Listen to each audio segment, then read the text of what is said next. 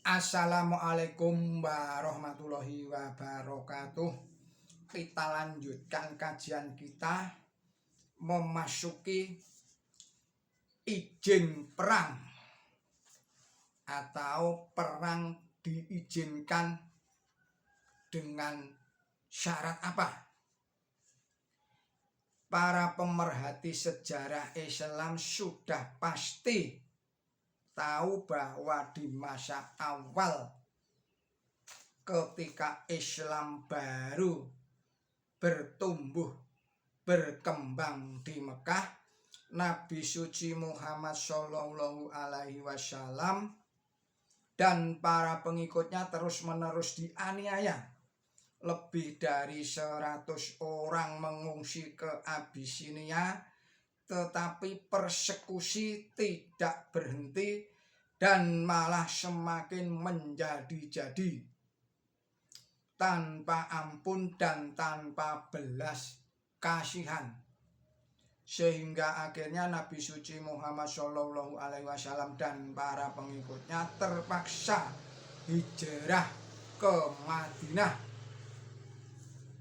perang untuk membela diri. Di Madinah mereka tidak dibiarkan begitu saja, tetapi bahkan kemudian diperangi. Para musuh Islam mengangkat pedang mereka untuk menghancurkan Islam dan umatnya. Dalam situasi semacam itulah Allah Ta'ala berfirman di dalam Quran suci tentang izin perang. Bismillahirrahmanirrahim. Izin berperang diberikan kepada orang-orang yang diperangi karena mereka ditindas, dan Allah kuasa untuk menolong mereka yang diusir dari rumah mereka tanpa alasan yang benar, kecuali bahwa mereka berkata, Tuhan kami adalah Allah. Surat Al-Hajj, surat nomor 22, ayat 39 dan ayat 40. Atas dasar ayat ini teranglah bahwa izin perang yang diberikan kepada kaum muslimin bukan bertujuan untuk memaksa orang-orang kafir supaya masuk Islam. Sama sekali tidak. Tetapi izin itu diberikan di dalam rangka menegakkan kebebasan beragama yang, saya ulangi lagi, menegakkan kebebasan beragama, menghentikan semua bentuk persekusi atas nama agama, dan bahkan juga melindungi rumah ibadah semua agama. Sebab di ayat berikutnya Allah berfirman, Bismillahirrahmanirrahim, dan sekiranya Allah tidak membela sebagian manusia atas sebagian yang lain, niscaya akan tumbanglah biara-biara, gereja-gereja, sinagog-sinagog, dan masjid-masjid yang di dalamnya banyak diingat-ingat nama Allah. Surat Al-Hajj, surat 22, ayatnya 40. Jadi selain berperang untuk membela diri atas penganiayaan yang mereka alami dan menyelamatkan tempat ibadah mereka sendiri, kaum muslimin juga diizinkan berperang demi melindungi dan menyelamatkan umat beragama lain yang tempat ibadah mereka dan tempat ibadah mereka. Artinya perang itu dilakukan demi tegak sempurnanya kebebasan beragama. Kaum muslimin diizinkan berperang hanya melawan orang-orang yang memerangi mereka. Allah berfirman di dalam surat Al-Baqarah ayat 190.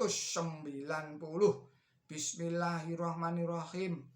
Dan berperanglah di jalan Allah melawan orang-orang yang memerangi kamu. Tetapi janganlah melanggar batas. Sesungguhnya Allah tidak menyukai orang-orang yang melanggar batas. Joshua dan J.M. Rothwell adalah dua orang intelektual Kristen terkemuka di Inggris pada abad ke-18 dan 19. Mereka banyak menulis karangan tentang Islam yang bersifat bias, bahkan menuduh Islam sebagai agama yang disiarkan dengan pedang. Tapi dalam karya terjemah Quran suci mereka yang cukup populer di Inggris, dengan tidak sanksi mereka menerjemahkan ayat di atas itu sebagai berikut.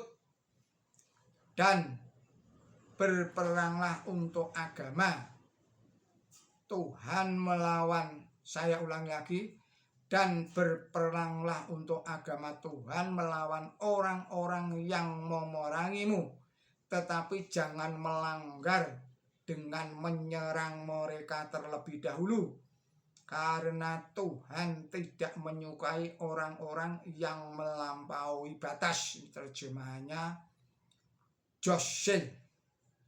Kemudian terjemahan Rothwell. Dan berperanglah untuk perkara Tuhan melawan orang-orang yang memerangi kamu, tetapi ingat melakukan ketidakadilan untuk menyerang mereka terlebih dahulu. Saya ulangi lagi. Dan berperanglah untuk agama Tuhan melawan orang-orang yang memerangimu, tetapi jangan melanggar dengan menyerang mereka terlebih dahulu, karena Tuhan tidak menyukai orang yang melampaui batas.